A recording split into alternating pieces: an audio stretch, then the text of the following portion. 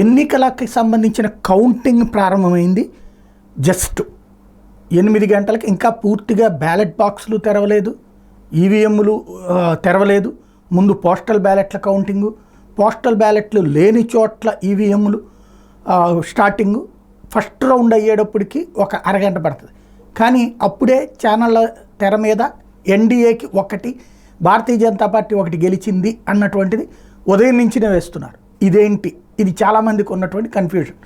కావాలని చేస్తున్నారా అన్నటువంటిది, లేదా టెస్టింగ్ కోసం చేస్తున్నారు. లేదు, ఏకగ్రీవంగా ఒక ఎంపీ స్థానం గెలిచింది. గుజరాత్లో ఉన్నటువంటి సూరత్ స్థానంలో కాంగ్రెస్ పార్టీ అభ్యర్థి నామినేషన్ తిరస్కరణకు గురైంది. మొన్న నామినేషన్స్ వేసిన తర్వాత, నామినేషన్స్ ఘట్టం పూర్తయిన తర్వాత స్క్రూట్నీ టైంలో కాంగ్రెస్ అభ్యర్థికి సంబంధించిన నామినేషన్ తిరస్కరణకు గురైంది. దాంతోపాటు అక్కడ 3 దాకా ఇండిపెండెంట్ వేశారు. వాళ్ళందరినీ బీజేపీనే మేనేజ్ చేసిందా, కాంగ్రెస్ వాళ్ళని కంట్రోల్ చేయలేకపోయిందా? అది గుజరాత్. కాంగ్రెస్కి అక్కడ పట్టు దాదాపు 30 ఏళ్ళు అయిపోయింది పోయి. దాంతో ఇక వేరే ఆప్షన్ లేదు. కాంగ్రెస్ సాధారణంగా ఏంటంటే అభ్యర్థులతో పాటుగా డమ్మీ అభ్యర్థులు వేస్తారు. ఆ డమ్మీ అభ్యర్థి కూడా తన నామినేషన్ విత్డ్రా చేసేసుకున్నాడు. దాంతో ఏకగ్రీవంగా సూరత్ స్థానం ఎన్నికైంది.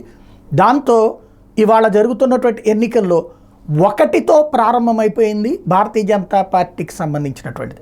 ఫైనల్గా అన్ని ఛానళ్ళు 330 నుంచి 380 దాకా పార్టీకి, బీజేపీకి, అట్లాగే కూటమికి వచ్చేటప్పటికి 370 నుంచి 400 దాకా చెప్పినటువంటి నేపథ్యంలో అదేంటో మరి కాసేపట్లో తెలుస్తుంది. బట్ బోని మాత్రం భారతీయ జనతా పార్టీ సూరత్ స్థానంతో ఆల్రెడీ విజయం సాధించడం ద్వారా బోని కొట్టింది.